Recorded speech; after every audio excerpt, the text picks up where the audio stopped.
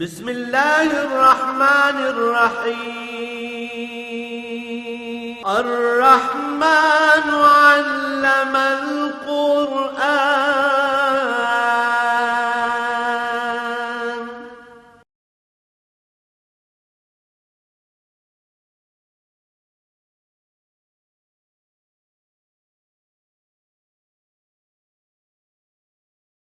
الحمد للہ رب العالمین والصلاة والسلام علی حبیبہ محمد وآلہ وصحبہ اجمعین. اعوذ باللہ من الشیطان الرجیم. بسم اللہ الرحمن الرحیم. وما کان لنفس ان تموت الا بإذن اللہ کتابا مؤجلا ومن یرد ثواب الدنیا نؤتہ منہا ومن یرد ثواب الآخرۃ نؤتہ منہا وسنجزی الشاکرین. وَكَأَيٍّ مِّن نَّبِيٍّ قَاتَلَ مَعَهُ رَبِيُّونَ كَثِيرٌ فَمَا وَهَنُوا لِمَا أَصَابَهُمْ فِي سَبِيلِ اللَّهِ وَمَا ضَعُفُوا وَمَا اسْتَكَانُوا وَاللَّهُ يُحِبُّ الصَّابِرِينَ. وَمَا كَانَ قَوْلُهُمْ إِلَّا أَن قَالُوا رَبَّنَا اغْفِرْ لَنَا ذُنُوبَنَا وَإِسْرَافَنَا فِي أَمْرِنَا وَثَبِّتْ أَقْدَامَنَا وَانصُرْنَا عَلَى الْقَوْمِ الْكَافِرِينَ. فَآتَاهُمُ اللَّهُ ثَوَابَ الدُّنْيَا وَحُسْنَ ثَوَابِ الْآخِرَةِ وَاللَّهُ يُحِبُّ الْمُحْسِنِينَ. اللهم سبحانك لا علم لنا إلا ما علمتنا إنك أنت العليم الحكيم. مولاي صل وسلم دائما أبدا على حبيبك من زانت به الوصول. وہی واقعات احد کا تسلسل ہے اور ارشاد فرمایا کہ موت کوئی ڈرنے کی چیز نہیں ہے. جس خالق کائنات نے حیات کو پیدا فرمایا وہی موت کا بھی خالق ہے. تبارک الذی خلق الموت والحیات. تو تخلیق میں رب جلیل نے حیات سے پہلے موت کا ذکر فرمایا ہے. یعنی جو دنیا میں رہنے کا وقت ملا ہے انسان کو اور جسے حیات دنیا کہتے ہیں، اس کے ساتھ موت یقینی اور لازمی امر ہے، چونکہ دنیا رہنے کی جگہ نہیں ہے. اس کی بالکل سادہ سی مثال ایسی ہے کہ جیسے جنت آدمی کا گھر ہے، نوع انسانی کا گھر ہے، بنی آدم کا گھر ہے، جہاں حضرت آدم علیہ نبینا علیہ الصلوۃ والسلام کو اور اماں حوا کو ٹھہرایا گیا.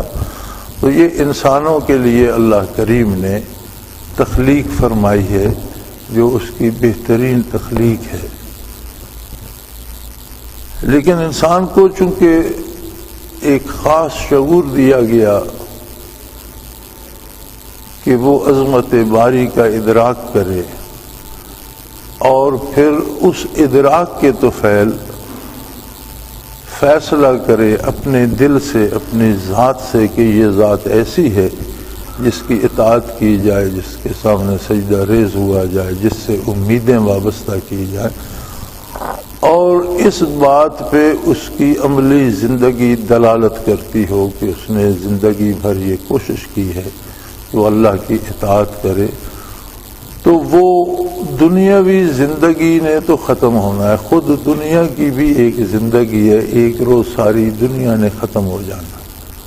تو یہاں تو کسی نے ہمیشہ نہیں رہنا، ایک وقت تک کے لیے فرصت دی گئی ہے. اور موت کوئی عجیب چیز نہیں ہے، موت ہے دنیا سے آخرت کے سفر کا نام. اور حدیث شریف کے مطابق ایک دن موت کو بھی موت آئے گی کہ میدان حشر میں لوگوں کے سامنے لا کر ایک جانور کی صورت میں اسے ذبح کر دیا جائے گا اور اعلان کر دیا جائے گا کہ اے بنی آدم، آج کے بعد موت نہیں ہے. اب جو جنت میں واپس اپنے گھر پہنچ گیا وہ بے فکر ہو گیا، موت سے ہمیشہ رہے. لیکن جو بھٹک گیا راستے سے، خواہشات نفس تاثیر ہو گیا، شیطان کے پیچھے چل پڑا، کفر میں جا پڑا، اللہ کی رحمت سے دور ہو گیا، تو وہ جس راستے پہ چلا ہے اس کی انتہا دوزخ ہے، جو بدترین عقوبت خانہ ہے، سخت سزا دینے کی جگہ ہے، اور یہ جرم ہی اتنا بڑا ہے کہ اس کی سزا کا تصور نہیں کیا جا سکتا۔ وہی جانیں گے، اللہ معاف فرمائے، جو دوزخ میں۔ تو وہ دوزخ میں وہ لوگ جائیں گے جو اپنی راہ سے بھٹک گئے، خواہشات نفس کے اسیر ہو کر شیطان کے پیچھے لگ گئے۔ اور دنیا بھی اللہ کی تخلیق ہے اور بہت خوبصورت ہے، اس میں بے شمار لذتیں ہیں، اس میں بے شمار دل کو لبھانے والی چیزیں ہیں، اور اللہ کریم نے دنیا میں انسانی بدن کے ساتھ جو ضرورتیں لگائی ہیں وہ ضرورتیں مجبور کرتی ہیں ان دنیاوی چیزوں کے حصول کو اور ان کے استعمال کو۔ اسے کھانا ہے تو زندہ رہنا ہے، بیماری کے لیے علاج چاہیے، اسے رہنے کے لیے گھر چاہیے، لباس چاہیے، آرام کے لیے اسے چارپائی بستر، یہ ساری چیزیں اس کی ضرورت ہیں۔ اسے خانہ داری چاہیے، بچے چاہیے، بچوں کی تربیت کرنی ہے، پالنا ہے۔ تو دنیا کو بنا کر اللہ کریم نے دنیا سے منع نہیں فرما دیا، فرمایا وَخَلَقَ لَكُم مَّا فِي الْأَرْضِ جَمِيعًا، روئے زمین پر جو کچھ پیدا کیا ہے یہ تمہارے لیے ہے، تمہاری خدمت کے لیے ہے۔ تم سمجھو یا نہ سمجھو، کوئی چیز تمہیں پتہ چلے یا نہ چلے، غیر شعوری طور پر بھی تمہاری خدمت کر رہی ہے۔ تو اس میں ضابطے بنا دیے کہ اسے ضرور استعمال کرو۔ کچھ چیزیں ایسی ہیں جو نظام دنیا کو قائم رکھنے کے لیے ان کا وجود ضروری ہے، لیکن انسان کی بقا کے لیے وہ مضر ہیں، ان کا کھانا مضر ہے یا ان کا استعمال مضر ہے، تو ان چیزوں سے شریعت نے روک دیا۔ یعنی دو چیزیں اس میں آ گئیں۔ پہلی بات تو یہ ہے کہ کچھ چیزوں سے روک دیا گیا کہ کیا بندہ بے مہار ہو کر دنیا میں رہتا ہے یا اللہ کی اطاعت کرتا ہے اور چیزوں کے حصول کا جو ذریعہ، جو طریقہ جائز ہے وہ اختیار کرتا ہے، یا لوٹ مار، رشوت اور چوری ڈاکے سے دولت جمع کرتا ہے۔ دوسری چیز اس میں یہ ہے کہ جتنی چیزیں حرام کی گئی ہیں یہ چیزیں انسان کے لیے مضر ہیں۔ ہم نہیں سمجھتے، لیکن اگر بندہ تھوڑا سا سمجھنا چاہے تو باتیں تو سامنے ہوتی ہیں اور کوئی ان میں اتنا گہرائی میں نہیں جانا پڑتا، ایک عام آدمی بھی سمجھ سکتا ہے۔ اگلے دن میرے پاس ایک آدمی، ایک ہمارے علاقے کا زمیندار بیٹھا رہا، وہ ٹرانسپورٹر ہے، پنڈی میں اس کی کوئی بسیں شسیں چلتی ہیں، مزدوری کر کے روزی کماتا ہے، اور بچے اس نے آکسفورڈ تک پڑھائے ہیں۔ اب اس کے بچے جو آکسفورڈ سے فارغ التحصیل ہو کر آئے ہیں وہ 5 وقت نماز بھی پڑھتے ہیں، زندگی ان کی اسلامی اصولوں کے مطابق ہے، ماں باپ کا ادب احترام بھی کرتے ہیں، کاروبار میں بھی ہاتھ بٹاتے ہیں۔ تو ایک دن وہ کہنے لگا کہ میرے پاس ایک شخص بیٹھا تھا اور میں سوچ رہا تھا، تو اس نے کہا بھی کیا ملک صاحب کیا سوچ رہے ہو؟ تو میں نے کہا میں نے بچوں کو آکسفورڈ اور انگلینڈ پڑھنے کے لیے بھیجا مختلف درسگاہوں میں، تو میں ڈر رہا تھا کہ میں نے بچے ضائع کر دیے، یہ اس کافرانہ ماحول اور معاشرے میں چلے گئے ہیں تو وہاں جا کر بگڑ جائیں گے، تباہ ہو جائیں گے۔ تو مجھے یہ فکر رہتی تھی، اور اب میں اس بات پر حیران ہوں کہ اتنی پابندی مجھ سے شاید سستی ہو جاتی ہے، بچے سستی نہیں کرتے، نماز بر وقت ادا کرتے ہیں، باتیں ساری اچھی کرتے ہیں، کام میں ہاتھ بٹاتے ہیں، اطاعت کرتے ہیں، فرما بردار ہیں۔ میں حیران ہوں کہ یہ اس ملک سے واپس آ کر کس طرح ان میں کوئی تبدیلی نہیں آئی۔ یہ یہاں سے ہمارے اگر یہ یہاں رہتے تو اتنے بہتر مسلمان نہ ہوتے جتنے وہاں رہ کر یہ بہتر مسلمان بن گئے۔ تو کہنے لگا اس آدمی نے مجھ سے کہا کہ میں تمہیں جانتا ہوں، تم نے زندگی بھر محنت کی ہے اور روزی حلال کمائی ہے اور بچوں کو حلال کھلایا ہے، تمہاری صرف یہ ہمت ہے کہ تم نے ناجائز ذرائع سے دولت جمع کرنے کی کوشش نہیں کی بلکہ رات دن محنت کی ہے، اور یہ عقل حلال کا یہ اثر ہے کہ وہاں رہ کر بچے زیادہ سدھر گئے، چونکہ وہاں اسلام کی مخالفت زیادہ تھی، تو جہاں مخالفت ہوتی ہے وہاں جذبہ زیادہ بیدار ہوتا ہے۔ تو وہ جو اسلام کی مخالفت تھی، انہیں بجائے خراب کرنے کے انہیں اور اچھا مسلمان بنا کے، یعنی آپ یہ سمجھتے ہیں ہم کہ جی خنزیر حرام ہے، تو اس کے بہت سے طبی اور سائنسی ایسی وجوہات ہیں کہ جو لوگ کھاتے ہیں وہ بھی اس کے قائل ہیں کہ اس کی وجہ سے یہ تکلیفیں انسانی بدن کو بھی ہوتی ہیں، یعنی جسمانی لحاظ سے بھی انسان کے لیے وہ صحیح نہیں ہے۔ بلکہ ہمارے ایک ساتھی ڈاکٹر صاحب تھے، وہ بڑا عرصہ رہے انگلینڈ میں، 16-17 برس انہوں نے وہاں پڑھا بھی، پریکٹس بھی کی، تو انہوں نے ایک کتاب لکھی تھی خنزیر کے گوشت پر، سائنس کے نقطۂ نظر سے تحقیق کر کے کہ اس کے گوشت سے انسان کے جسم کو کون کون سے نقصان پہنچتے ہیں اور کیسی کیسی بیماریاں لاحق ہوتی ہیں۔ تو وہاں کا نظام ہماری طرح نہیں، ہمارے ملک میں یہ ہے کہ آپ کوئی کتاب چھاپنا چاہتے ہیں تو آپ کتاب چھاپیں، اور چھاپنے کے بعد اس کے 2-3 نسخے ایک متعلقہ محکمے کو بھیج دیں جو چھاپنے کی اجازت دیتا ہے۔ تو چھپنے کے بعد وہ پڑھ کر یہ فیصلہ کرتے ہیں کہ یہ کتاب مارکیٹ میں جائے گی یا اسے ضبط کر لیا جائے، یہ نہیں جانی چاہیے۔ ہمارے ہاں یہ سسٹم ہے، وہاں یہ سسٹم ہے کہ چھاپنے سے پہلے مسودہ آپ متعلقہ محکمے کو دکھائیں، وہ مسودہ پڑھ کے اجازت دیں گے کہ آپ چھاپ سکتے ہیں یا نہیں۔ تو انہوں نے جب مسودہ بھیجا تو وہ واپس آ گیا کہ آپ نہیں چھاپ سکتے۔ تو انہوں نے انہیں پھر لکھا کہ بھئی میں نے ایک ڈاکٹر کی حیثیت سے میڈیکلی تجزیہ کر کے اور سائنٹیفکلی یہ چیزیں ثابت کی ہیں کہ اس کے گوشت سے یہ بیماریاں ہوتی ہیں اور یہ اتنا مضر ہے۔ اس میں نے کوئی اسلام کفر کی یا شرعی ممانعت کی کوئی بحث نہیں کی۔ تو آپ مجھے بتائیں کہ میری ریسرچ میں کون سی غلطی ہے کہ آپ مجھے چھاپنے نہیں دے رہے، تاکہ میں اپنی ریسرچ صحیح کروں، کیونکہ یہ تو ایک سائنٹیفک ریسرچ ہے، اور پھر یا میں اپنی اصلاح کروں یا میں آپ کو قائل کروں کہ میری تحقیق صحیح ہے۔ تو انہوں نے اسے جواب میں لکھا کہ ہم اس لیے نہیں روک رہے کہ آپ کی ریسرچ غلط ہے، آپ کی ریسرچ ٹھیک ہے، لیکن اگر یہ کتاب چھپ جائے اور یورپ کے لوگ اس کا گوشت کھانا چھوڑ دیں تو ہم پورا کر ہی نہیں سکتے، کون سا متبادل گوشت ہم مہیا کریں گے کہ اتنا گوشت پورا کریں۔ تو یہ ہماری سرکاری ایک مجبوری ہے کہ اگر لوگ خنزیر کھانا چھوڑ دیں تو یورپ میں تو اتنا یا انگلینڈ میں تو اتنا روزانہ کھایا جاتا ہے کہ ہم متبادل گوشت پیش نہیں کر سکتے۔ وہاں گائے بکری تو ان کی قیمتیں اتنی ہیں کہ وہ کوئی ذبح کرنے کا سوچ نہیں سکتا۔ میں ایک دفعہ لندن میرے ایک ماموں ہوتے تھے، میں دورے پہ تھا، تو انہوں نے کہا بھی شام کا کھانا میرے ساتھ کھانا۔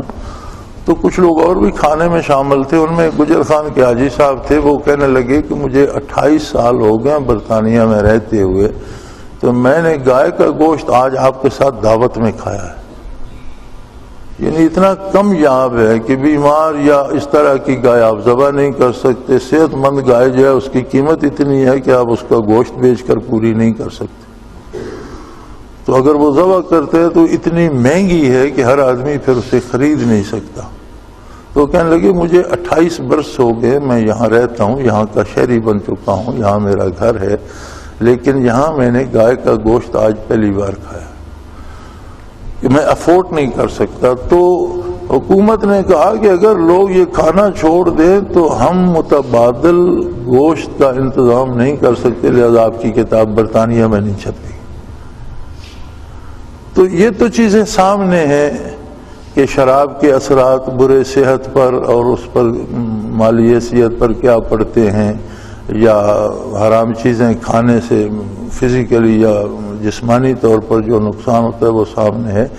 لیکن اب دولت جو حرام ذرائع سے آتی ہے تو اس کے کھانے سے کوئی بندہ بیمار تو نہیں ہوتا، اسے بخار نہیں ہو جاتا، اسے کوئی پھوڑا پھنسی نہیں نکلتا، لیکن حرام کھانے سے اس کے اندر جو ایک قوت ہے جو اللہ کو پہچاننے کی استعداد ہے، جسے انسانی شرف کہنا، جس کی وجہ سے انسان اشرف المخلوقات ہے، اس پر زنگ جمنا شروع ہو جاتا ہے۔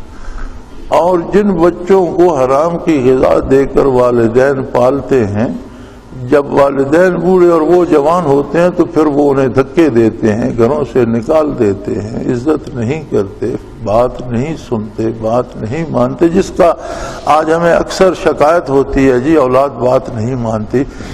جنہیں یہ شکایت ہوتی ہے اگر وہ غور کریں تو انہیں سمجھ آئے گی کہ کہیں نہ کہیں انہوں نے بھی اولاد کے ساتھ اچھا نہیں کیا۔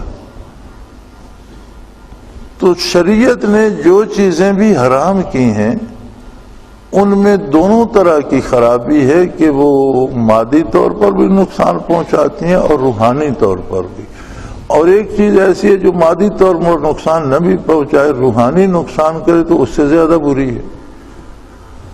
تو اللہ کریم نے دنیا کی چیزیں بنا کر انسان کو اسی آزمائش میں ڈال دیا کہ اب وہ اپنے لالچ میں آ کر، خواہش نفس میں آ کر اللہ کی نافرمانی کرتا ہے یا فرما برداری کرتا ہے۔ اس امتحان کا ایک مقرر وقت ہے۔ آپ دیکھتے ہیں کمرے امتحان میں کسی پرچے کا وقت 3 گھنٹے ہوتا ہے، کسی کا 1.5 گھنٹہ ہوتا ہے، کسی کا 2 ہوتا ہے۔ تو یہ کوئی نہیں پوچھتا کہ کس نے کتنا پرچہ حل کیا۔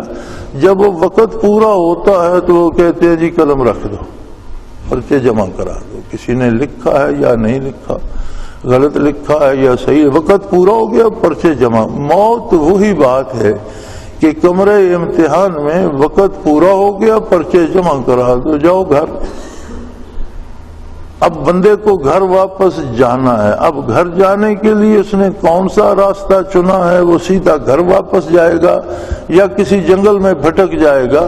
یہ اس کے اس انتخاب پہ ہے کہ اس نے کون سا راستہ چنا ہے۔ جو راستے سے بھٹکتا ہے وہ جہنم میں جا پہنچتا ہے، جو صحیح راستہ چنتا ہے وہ اپنے گھر واپس جنت میں پہنچ جاتا ہے۔ سو فرمایا کہ کوئی بھی شخص دنیا میں ہمیشہ رہنے کے لیے نہیں آیا۔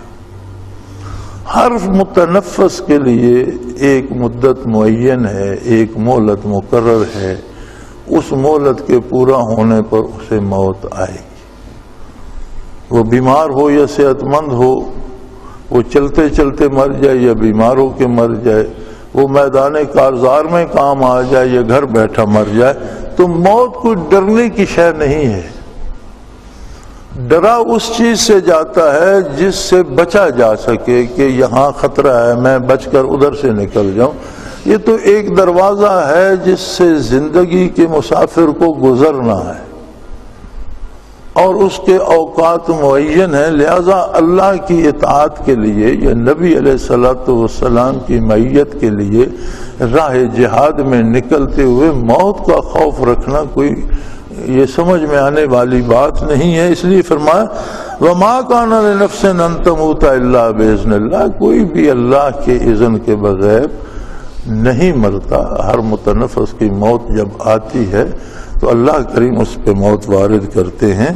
کتابا مؤجلہ، ایک میعاد ہے جو مقرر ہے۔ اب کوئی کسی کو قتل کر دیتا ہے، شاید وہ قتل نہ بھی کرتا تو اس کی موت واقع ہو جاتی اگر اس کا وقت پورا ہو چکا تھا۔ اس کا جرم یہ ہے کہ وہ اس کی موت کا سبب کیوں بنا، اسے حق حاصل نہیں تھا۔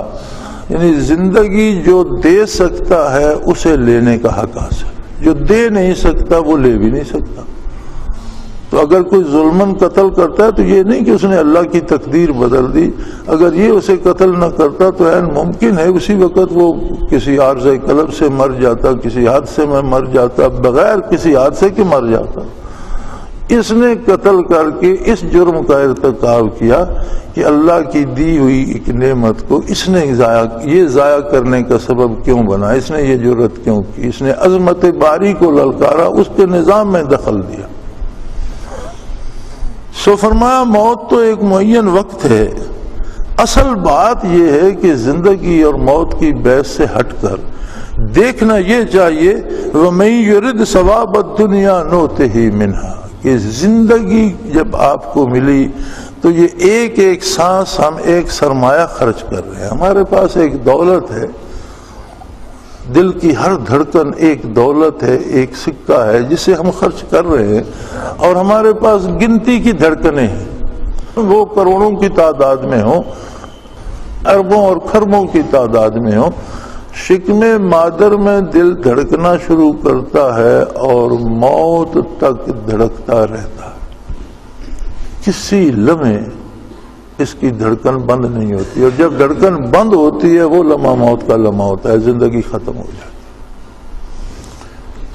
اس کام نے تو ہونا ہے، زندگی نے گزرنا ہے، موت نے آنا ہے. ہمارے پاس زندگی کا ایک ایک سانس، دل کی ایک ایک دھڑکن ایک سرمایہ ہے. اب ہمیں دیکھنا یہ ہے کہ سرمایہ کو ہم کس طرح خرچ کر رہے ہیں. کیا ہم صرف دنیا حاصل کرنے کے لیے خرچ کر رہے ہیں؟ دنیا سے مراد یہ نہیں ہوتی کہ بندہ کھائے پیے نہیں، اچھا لباس نہ پہنے، اچھا گھر نہ بنائے، نہیں.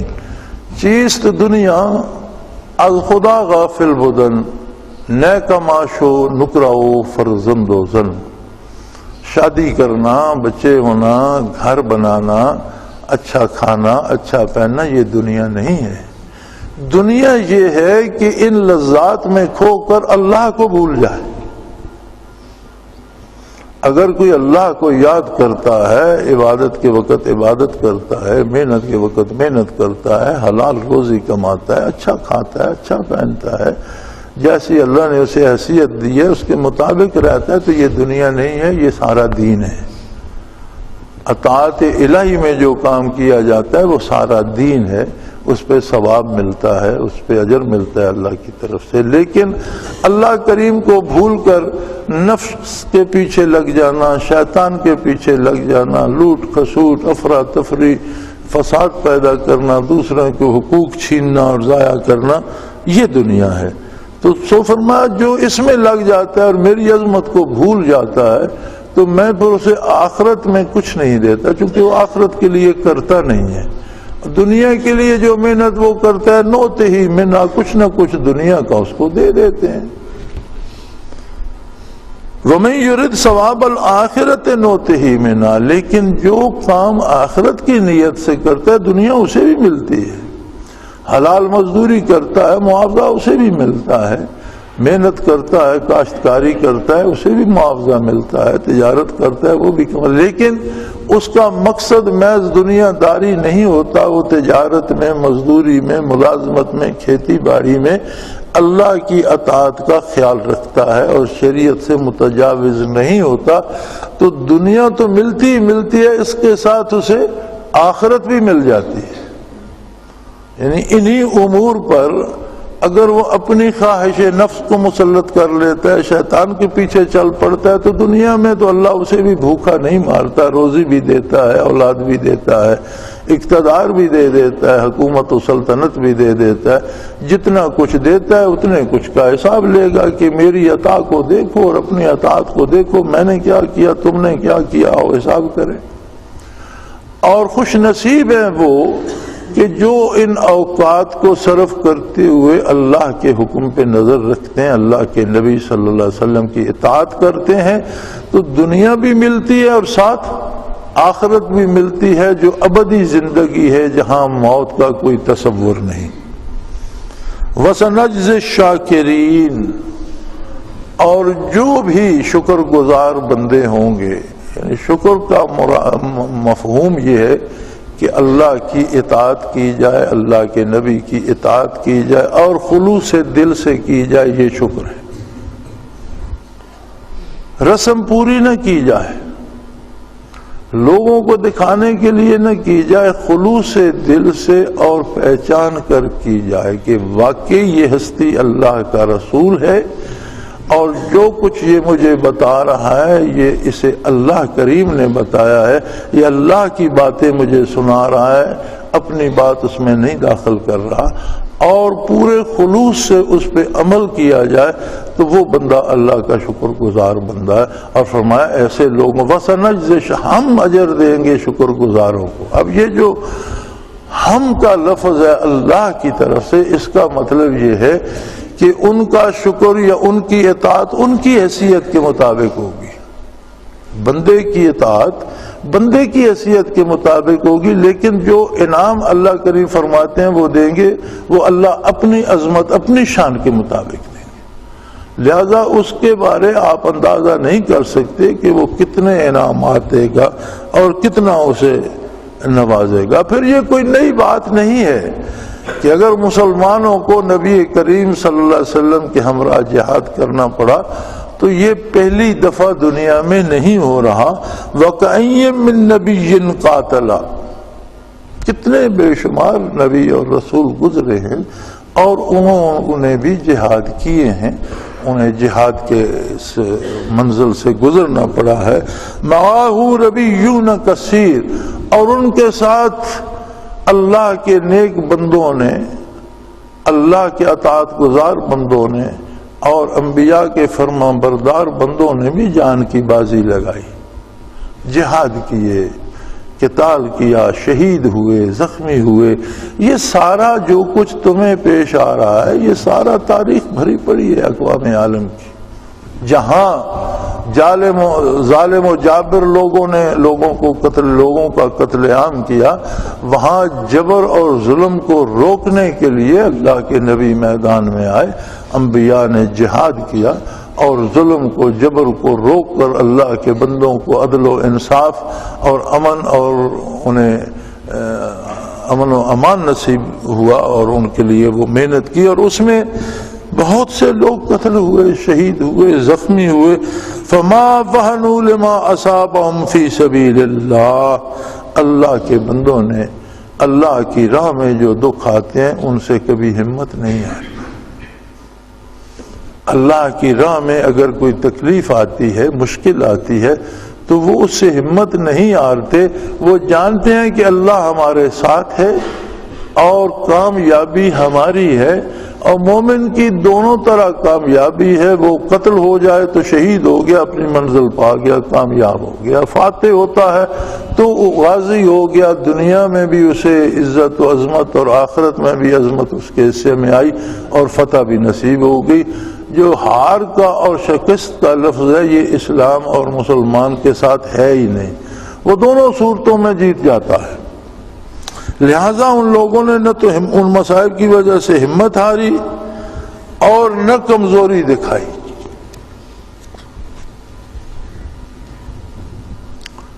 واللہ یحب الصابرین، اور یہ چونکہ آزمائش گاہ ہے اور اس میں جو لوگ صبر کرتے ہیں، یعنی صبر کا معنی ہوتا ہے جس طرح سوار گھوڑے کو باغ کھینچ کر روک لیتا ہے، بڑا تیز آ رہا ہے، چل رہا ہے، دوڑ رہا ہے گھوڑا، اور سوار ایک دم باغ کھینچتا ہے اور ایک جگہ پہ کھڑا کر دیتا ہے، اس طرح سے برائی سے اپنے آپ کو روک لینا یہ صبر ہے۔ صبر کا مفہوم یہ ہے کہ اللہ کے حبیب صلی اللہ علیہ وسلم کی نافرمانی سے اپنے آپ کو اس طرح روک لے جس طرح سوار گھوڑے کو باغ کھینچ کر کھڑا کر دیتا ہے، روک لیتا ہے۔ تو اللہ کریم فرماتے ہیں کہ جو لوگ صبر کرتے ہیں، جو میری اور میرے حبیب صلی اللہ علیہ وسلم کی اطاعت کرتے ہیں، جو نبی کریم صلی اللہ علیہ وسلم کے احکام پہ جم جاتے ہیں اور انہیں توڑنے کی جرت نہیں کرتے، وہ میرے محبوب بندے ہیں۔ واللہ یحب، ان سے تو اللہ محبت کرتا ہے، ان سے اللہ پیار کرتا ہے، وہ اللہ کے محبوب بندے ہیں۔ اب والدین بچے سے بہت پیار کرتے ہیں، لیکن کتنی دفعہ بچہ دن میں روتا ہے، وہ چھری چمکتی ہوئی دیکھتا ہے ایک معصوم بچہ، وہ کہتا ہے چھری مجھے دے دو، وہ چھری نہیں دیتے، کوئی اور چیز پکڑا دیتے ہیں، کوئی کھانے کی چیز دے دیتے، کوئی اور چمکدار چمچ پکڑا دیتے ہیں، وہ روتا ہے مجھے چھری چاہیے، وہ نہیں دیتے، وہ روتا ہے مجھے وہی چاہیے، وہ نہیں دیتے۔ تو یہ اس کے ساتھ ان کی زیادتی نہیں ہوتی، ان کی محبت کا تقاضا ہوتا ہے کہ اسے وہ چیز دی جائے جو اسے نقصان نہ دے۔ تو اللہ کے بندوں پہ جو بظاہر مصیبتیں آتی ہیں یا تکلیفیں آتی ہیں، اس کی صورت یہ ہوتی ہے کہ وہ چیز اس کے لیے نقصان دہ ہوتی ہے، اللہ اس سے روک لیتا ہے اور اس کے متبادل بہترین چیز عطا کر دیتا ہے۔ اگر کوئی قتل ہو جاتا ہے تو اللہ اسے شہادت کا مرتبہ عظیم عطا کر دیتے. اللہ کی راہ میں کسی کو زخم لگتا ہے تو اللہ کریم فرماتا ہے کہ مجاہد کا جو ایک قطرہ خون کا زمین پہ گرتا ہے دنیا و ما فیہا سے اللہ کے نزدیک وہ زیادہ قیمتی ہے. تو اس کی جو عظمت عند اللہ ہے یا اللہ کی محبت جو اس پہ ہے وہ اور نچھاور ہوتی ہے. تو نگاہ تو نتائج پہ ہونی چاہیے. ایک بچے کو 1 سال اس نے پڑھا، اسے شکایت ہے کہ استاد کی بے شمار جھڑکیاں سہنا پڑیں، فرصت کم ملتی تھی، وہ کلاس روم سے آتے تو پھر ہوم ورک شروع ہو جاتا تو رات کو 10 بجے تک پڑھاتے تھے، صبح اتنے بجے اٹھا لیتے تھے، پھر سارا دن یہی. تو وہ اسے بڑی شکایت ہے.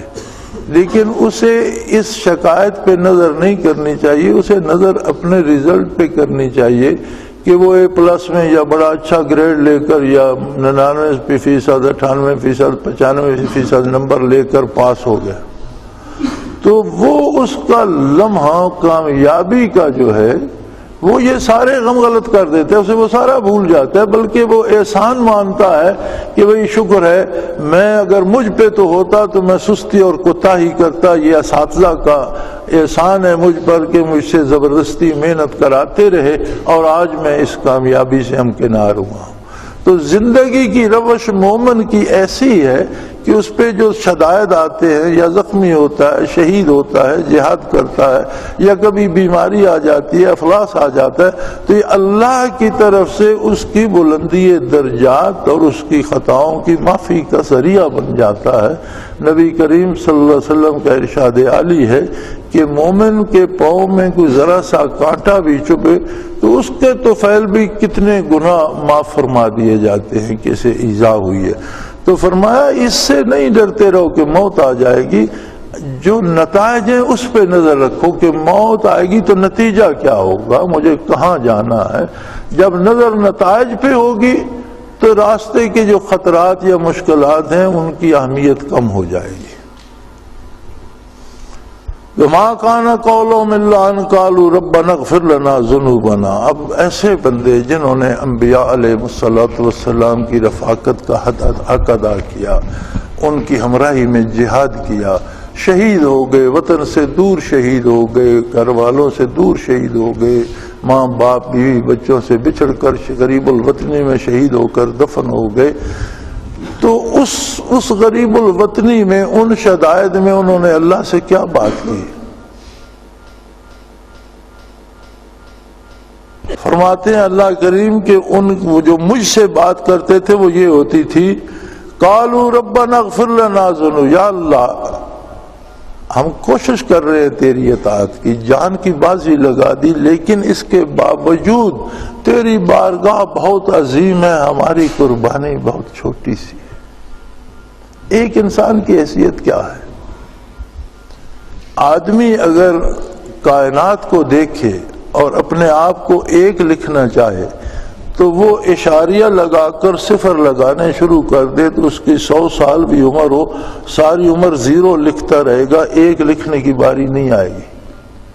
کہ اللہ کی صرف زمین پہ دیکھ لو کتنی مخلوق ہے، کتنے کیڑے مکوڑے، آبی مخلوق، زمینی مخلوق، ہوائی مخلوق، فضائی پرندے، درندے، حیوانات، آدمی.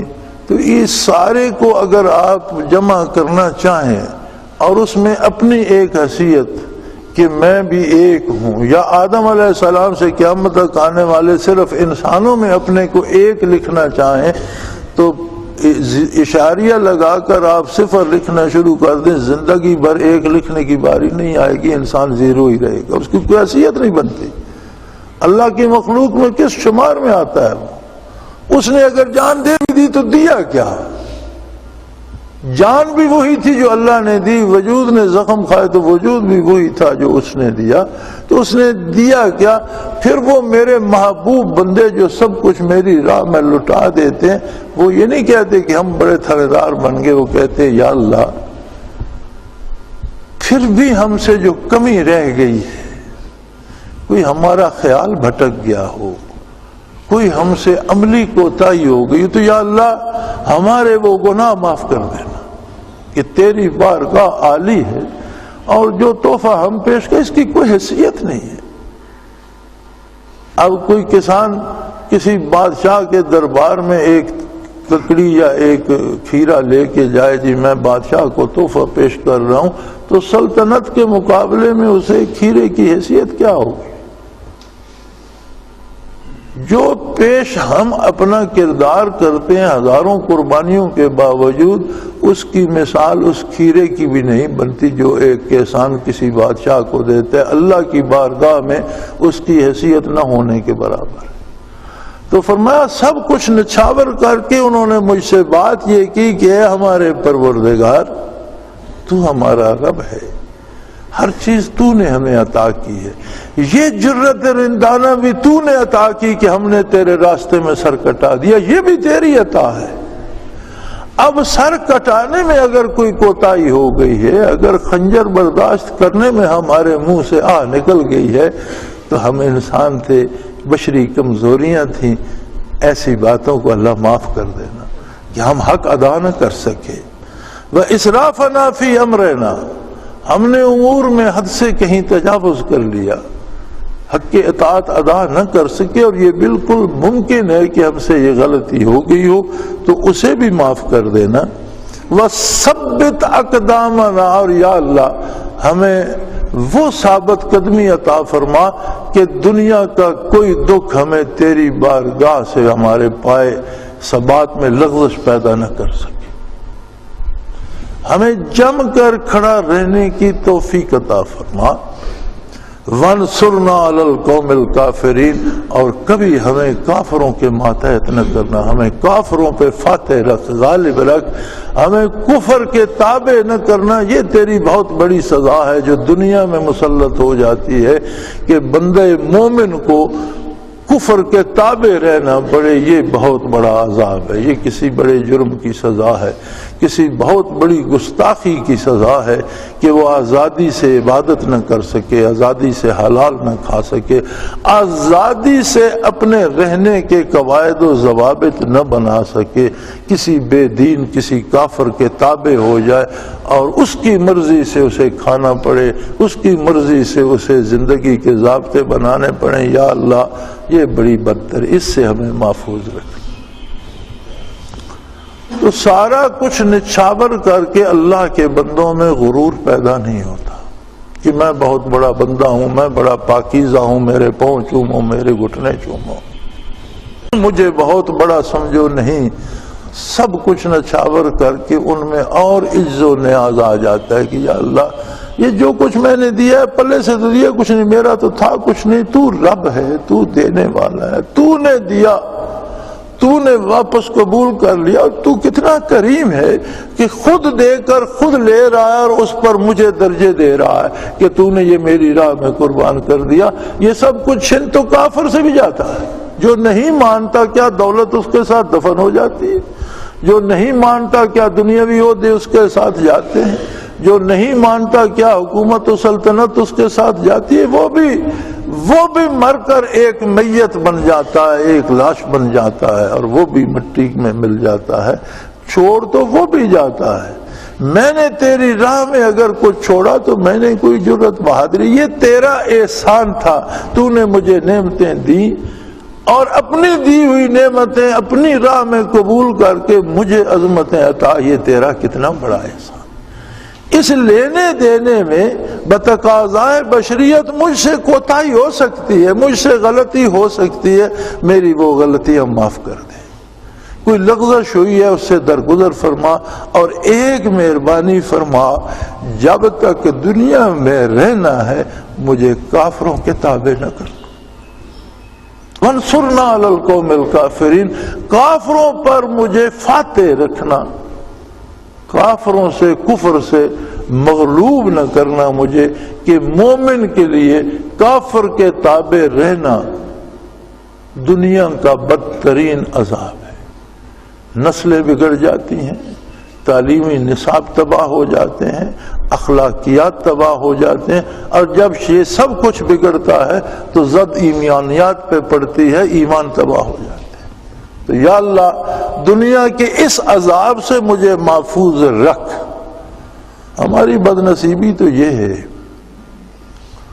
کہ ہم پیدا ہوئے تو کافروں کے غلام تھا ملک، اور جب آزاد ہوا تو کافر نہ صحیح ان لوگوں کا غلام ہو گیا جو کافروں کی خوشامد کیا کرتے اور جن کی زندگی کا نظام کافرانہ ہے۔ ہم نے تو آزادی کا مزہ ہی نہیں چکھا، ہم آزادی کے لیے دعا کیا کریں گے؟ ہمیں تو یہ پتہ ہی نہیں۔ ہم آزاد ہیں اس طوطے کے پنجرے کی طرح جسے وہ خاک سے دھا کر ریلوے اسٹیشن پہ رکھ کے بیٹھ جاتے ہیں، پنجرے کا دروازہ بند نہیں کرتے تو وہ آزاد ہوتا ہے، باہر نکل کے ایک کارڈ نکال دیتا ہے، پھر وہ پنجرے کی تو وہ کہتے ہیں یہ آزاد ہے، پنجرے کا دروازہ کھلا ہے، لیکن وہ باہر خود کو غیر محفوظ سمجھتا ہے، پھر پنجرے میں جا بیٹھتا ہے تو آزاد، لیکن خوہ غلامی نس نس میں دھس چکی ہے، پنجرے کے باہر خود کو غیر محفوظ سمجھتا ہے۔ ہمارا وہی حال ہے۔ آج ہم ظلم کی چھتری کے نیچے زندہ رہنا چاہتے ہیں، اگر چھتری ہٹ جائے تو ہم شور کر دیتے ہیں نہیں نہیں نہیں، آزادی میں تو ہم مارے جائیں گے، ہماری کوئی مرضی نہیں ہونی، ہم پر کوئی چھتری مسلط ہونی چاہیے، وہ امریکہ کی ہو، برطانیہ کی ہو، کفر کی ہو، ذلت کی ہو، لیکن کوئی ایک پنجرا ہونا چاہیے جس میں ہمیں احساس ہو کہ یہ پنجرے والا ہماری حفاظت کر رہا ہے۔ ہم اپنے مالک سے تو کٹ چکے ہیں۔ اس طوطے کو اگر آپ دیکھیں نا تو اسے کوئی جگہ محفوظ نہیں لگتی اس پنجرے کے علاوہ۔ اب ہمارا بھی یہی حال ہے، ہم بھی کسی کفر کی چھتری کے نیچے خود کو محفوظ سمجھتے ہیں۔ اللہ سے ہمارا تعلق اتنا کٹ چکا ہے کہ کفر کی چھتری سے نکل کر آزاد میں فضا میں سانس لینے کی لذت سے آشنا ہی نہیں ہے۔ اس لیے ہم یہ چاہتے ہیں نہیں نہیں یہ بھی نہ ہو وہ بھی نہ ہو، جی بالکل یہ ہم پر یہ چیزیں مسلط رہیں اور اس کے زیر اثر یہ الیکشن بھی ہوں اور ہم پھر دوبارہ وزیر بن جائیں اور پھر آ جائے تو اگر ہمیں آزاد تو شاید آزاد فضا میں تو اور آزاد لوگ بھی ہوں گے، شاید ہمیں یہ مزے نہ مل سکیں، شاید ہم سے یہ لذت جاتی رہے، تو یہ بابا بھی اچھا ہے، یہ پنجرا بھی اچھا ہے، ہمیں اس میں ضرور رکھیے۔ آج ہمارا یہی حال ہے نا، یہ اللہ سے دوری کی وجہ سے، عظمت الہی سے بے بہرہ ہونے کی وجہ سے اور رزق حرام کھانے کی وجہ سے، سود کھانے کا نتیجہ ہے، حرام کھانے کا نتیجہ۔ آج کہتے ہیں گلی گلی دہشت گردی ہو رہی ہے، فلاں جگہ بم پھٹ گیا، کیوں مار رہے ایک دوسرے کو؟ یہ وہ پھوڑے پھنسیاں ہیں جو خراب غذا کھانے سے جب خون خراب ہوتا ہے تو بدن پر جگہ جگہ پھوڑے نکلتے۔ یہ حرام کھانے سے، کفر کے تابع رہنے سے، کافرانہ رسومات اپنانے سے جو خرابی قوم کے وجود میں در آئی ہے، یہ قوم کے وجود پر ناصور ہیں، جو جگہ جگہ پھٹ رہے ہیں، خون بہ رہا ہے، پیپ بہ رہی ہے، ایک جگہ پٹی باندھتے ہو دوسری جگہ ایک نیا ناصور پھٹ جاتا ہے، وہاں فرسٹ ایڈ کرتے ہیں تیسری جگہ ایک نیا پھٹ جاتا ہے۔ تو ہم ایسے بے وقوف ہیں کہ پٹیاں پہ پٹیاں باندھے جا رہے ہیں اور یہ پرہیز کرنا گوارا نہیں کرتے کہ جس عمل کی وجہ سے یہ نتیجہ سام اس برائی کو روکے۔ جیسے مغرب میں ایڈز پر بڑی تحقیق ہوئی کہ ایڈز کا بہت موذی مرض ہے، لا علاج ہے اور بندہ زندہ درگور ہو جاتا ہے، اگر ایڈز ہو جائے تو بدن کی ساری قوت مدافعت یکسر ختم کر دیتا ہے، تو اسے مچھر بھی کاٹ لے تو اس سے بھی اس کی موت واقع ہو سکتی ہے، قوت مدافعت تو ہے نہیں، تو بڑا مشکل ہو جاتا ہے اس کے لیے۔ تو بڑی ریسرچ کی مغرب نے اور خود اہل مغرب اس نتیجے پر پہنچے کہ ایڈز کا بنیادی جراثیم جو ہے وہ ہم جنس پرستی سے پیدا ہوا، لیکن کمال ہے باقی سارے علاج ایڈز کے کر رہے ہیں، ہم جنس پرستی کو کوئی نہیں روکتا۔ یعنی مغرب کا المیہ یہ ہے کہ ہمارا کہنا نہیں ہے، یہ ان کی اپنی ریسرچ ہے کہ یہ ہم جنس پرستی جو ہے اس کے نتیجے میں ایڈز کے جراثیم پیدا ہوئے اور وہ آگے مرض چل پڑا۔ اب مزے کی بات یہ کہ مغرب ہم جنس پرستی کو نہیں روکتا اور روک سکتا بھی نہیں، قوم اتنی دور نکل چکی ہے، آوارہ ہو چکی ہے کہ کسی حکومت کے بس میں بھی نہیں، مغرب کے خود بس میں بھی نہیں کہ اسے روکے، وہ سبب نہیں روکتے، مرم پٹی کیے جا رہے ہیں۔ ہمارا بھی یہی حال ہے کہ ہم دہشت گردی کے خلاف بیان دے رہے ہیں، یہ کر رہے ہیں، وہ کر رہے ہیں، یہ کر دیں گے، وہ کر بھی دہشت گردی بنیادی طور پر حلال وسائل مہیا کرو لوگوں کو رزق کے، اور حرام کے دروازے بند کرو۔ جو ظلم کرتا ہے اسے سزا دو، جو ڈاکہ کرتا ہے اسے سزا دو، جو رشوت لیتا ہے اسے سزا دو۔ آدمیوں کے لیے، مسلمانوں کے لیے جائز اور حلال وسائل مہیا کرو۔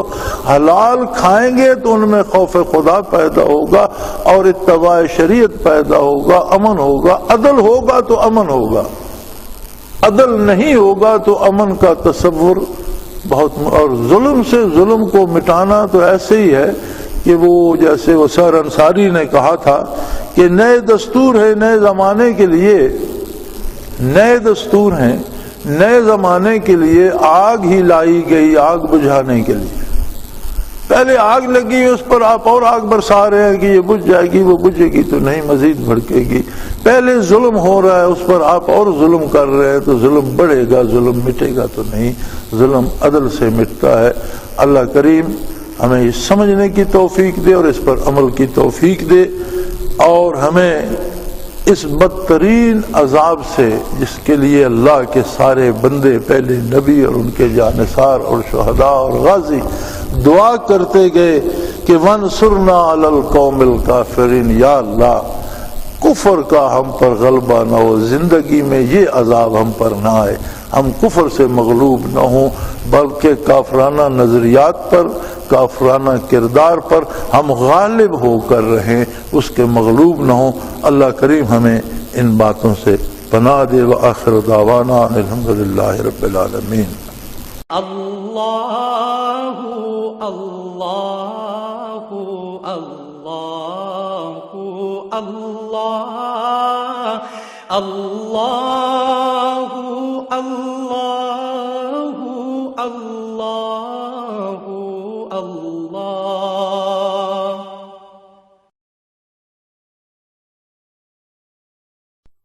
حضرت امیر محمد اکرم آبان مد ظلہ العالی دارالعرفان منارہ ضلع چکوال میں سالہ سال سے قرآن و حدیث کے اوپر خطابات کر رہے ہیں اور سلسلہ نقشبندیہ اویسیہ کے مطابق لوگوں کو ذکر الہی کی تربیت دے رہے ہیں۔